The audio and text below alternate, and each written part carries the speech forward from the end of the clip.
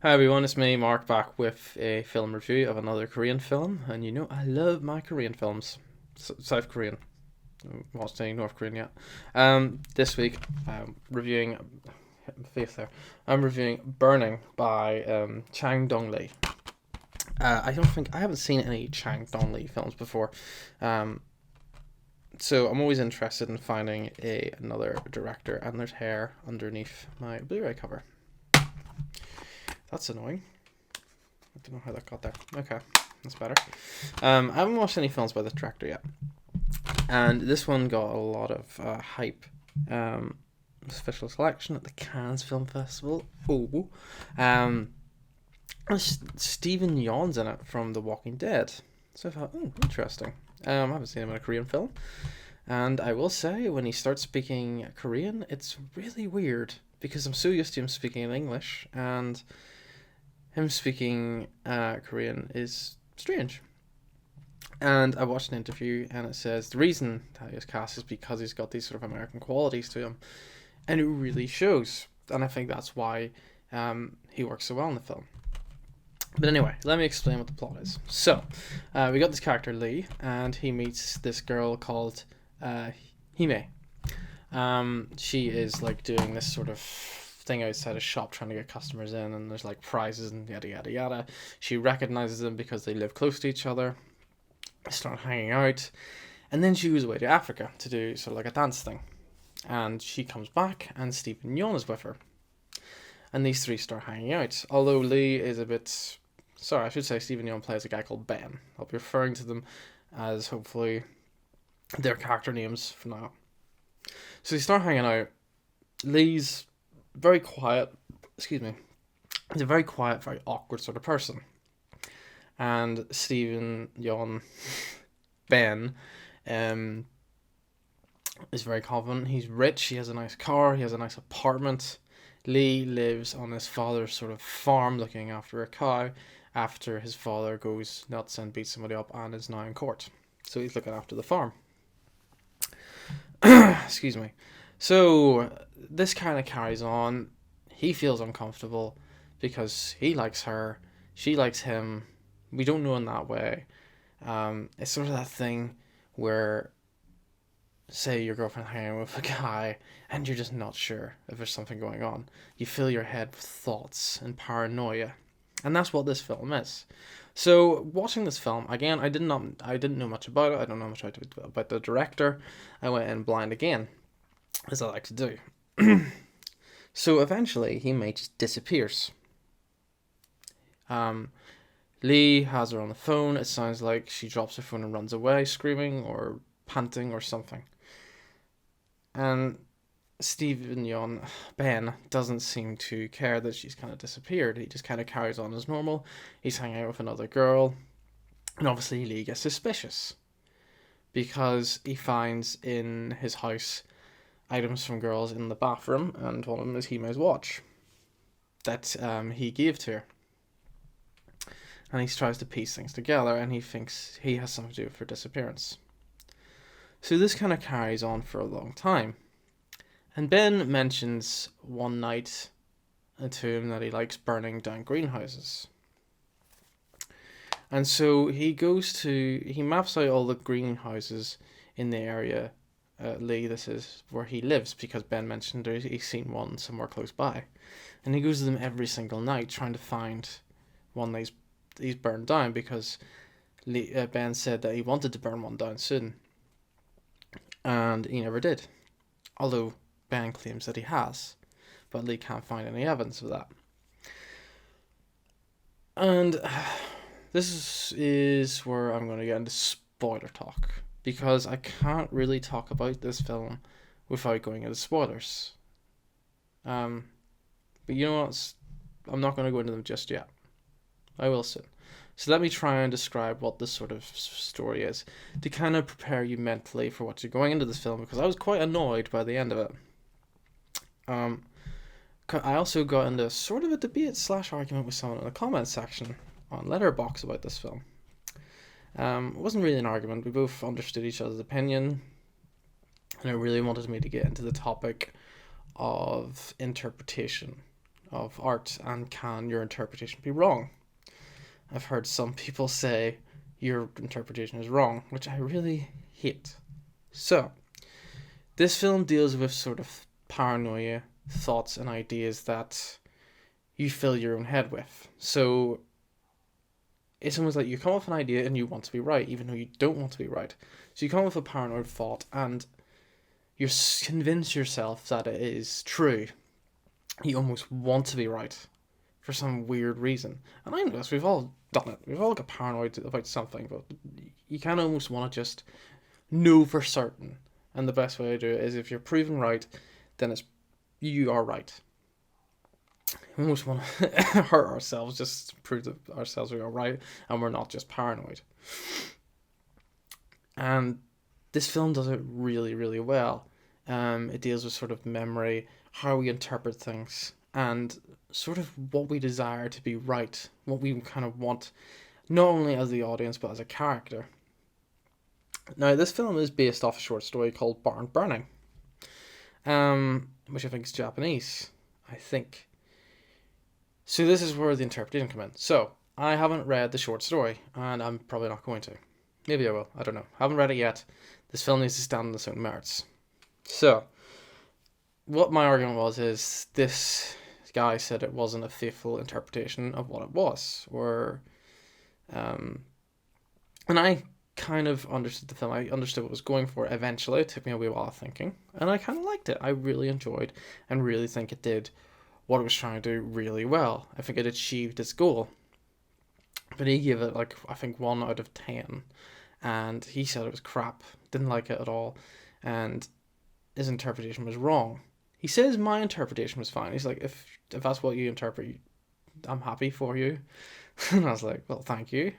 Because I'm happy with that. I can watch the film with that sort of mindset and I can enjoy that for what it is.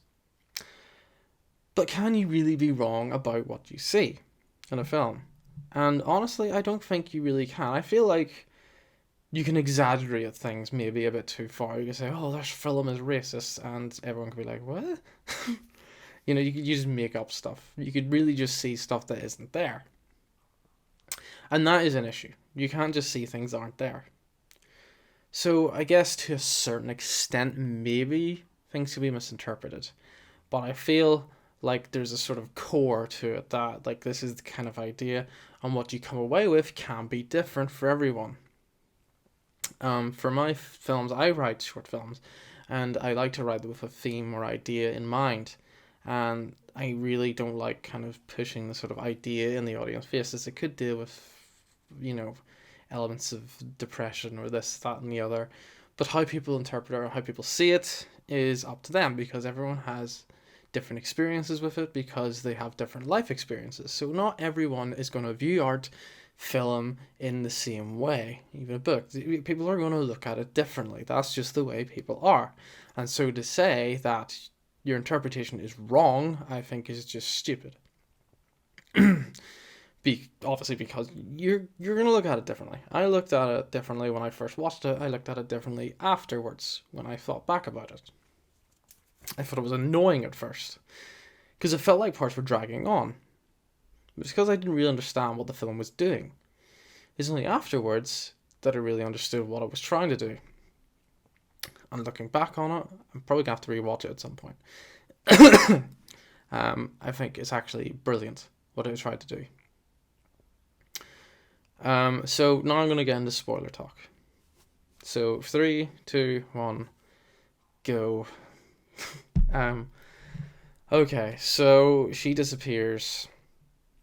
We think he's the killer. And honestly, I did as well. You kind of led to believe that very small bits of evidence. There's nothing directly, pointing at him as the bad guy. It's just the way he is. You just don't get it. He doesn't, because he feels so foreign to us. That's why he's cast in this film. And he pulls it off really well. He just feels different. There's just something quite off about him, compared to the other Korean characters. And I wanted him to be the killer, but because he died at the end, we never found out. Which really pissed me off. When he was driving away, I was like, no, don't end, don't end, don't end, and it just ended. And I was like, for fuck's sake. Um, but after thinking about it, I was like, you know what? That's not what the film's point was. The point was, you know, it was dealing with sort of memory and how we sort of view things and how we interpret things. And we were on the main character side because we were watching it from his perspective. And he's the only one who thought he was guilty. Because he couldn't or was finding evidence to suggest he's a liar. Because he couldn't find the burning greenhouse, he assumed he was lying. Because he's hanging out with other women already.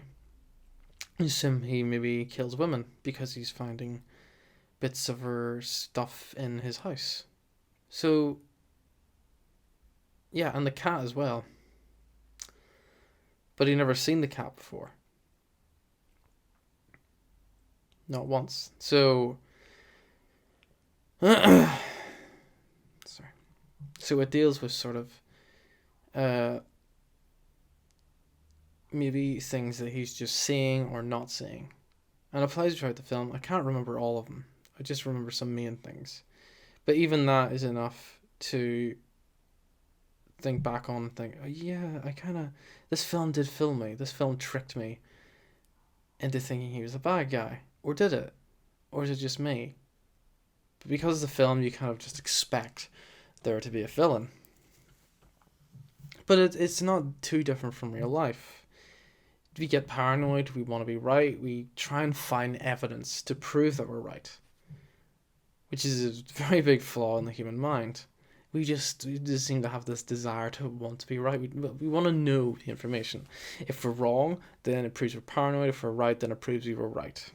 And because we're an arrogant sort of species, we want to be right. We want to prove ourselves right. And I kind of interpret the film in that way. That this character almost wants her to be dead, so he's right. Because he kills Ben in the end. He kills Ben because he thinks he's right. But now there's no way to find out if he's right or not. Which is why it just ends right after that, which I think is brilliant. Because now we can't know. He can't know because he's killed. He's killed the one guy who may know who he thinks he may know. But because he can't find any more evidence, he just loses the plot. And I think that's a great ending. Again, haven't read the short story. I don't know what it meant. I don't know what it was trying to say. But I like what this film was trying to say. And again, I think I love Korean cinema. And we're going to try and watch Lee Chang-dong's filmography at some point. I love it when I find a new Korean director. And it's like, yeah, I've got more to go through. Another library of films to check out. I may do a video just on Korean cinema in general because I love it. I'm fascinated by it. And almost every Korean film I've seen I love in some way. They're great. So I wanted to give this film a lower score, but I can't really find a lot of reasons to give it a lower score. I think it was my initial being pissed off that kind of made me go, I don't think I could score it high. But in the end, I've come down to the score, which is I'm giving this film a 9 out of 10. I think what it wants to achieve, what the director wants to achieve, he did it well. Regardless of what you feel about the short story, this is a film, and it stands on its own merits. Like I've said before, you need to judge it as a film. We cannot start judging it or comparing it to another piece of art form. And although I say that about a lot of games, I say, oh, did a horrible interpretation. Like, it's nothing like the games. It's only because the fucking movie games are so bad that I'm just criticizing the crap out of them. And I want to do some reviews on some of my favorite and some of the worst movie game tie-ins at some point. But anyway, this is a film I think you really should watch. I don't know if it's a film for everyone. It's not. You're not going to get that payoff. That's the problem. If you've watched this far, you've had it spoiled for you. But that's the issue. It's not a film that anyone can just get into. Again, I didn't know anything going into this, and I was a bit annoyed at times. It did feel like it was dragging, but looking back on it, it's actually perfect. It's really good. Maybe not perfect, but it's great. It did feel like it dragged, and that maybe is a bit of the issue sometimes, but when looking back on it, you can understand that. So I feel like you need to kind of pick and choose who you recommend this to. There's only some people, maybe my film buff sort of friends that are into filmmaking like me. Maybe I'd recommend it to them. I can't recommend it to someone like my mom or some friends at work. It's just, yeah, they'd be like, Mark, I don't understand this. Yeah. It's not for the average moviegoer that want to be entertained. It's a really sort of thinking person's film that you have to finish, look back on, and think about it. Anyway, thanks for watching. Please rate. We don't do rates anymore. Please like and subscribe and comment below to tell me what you think, and keep watching my videos. Good day to you, sir.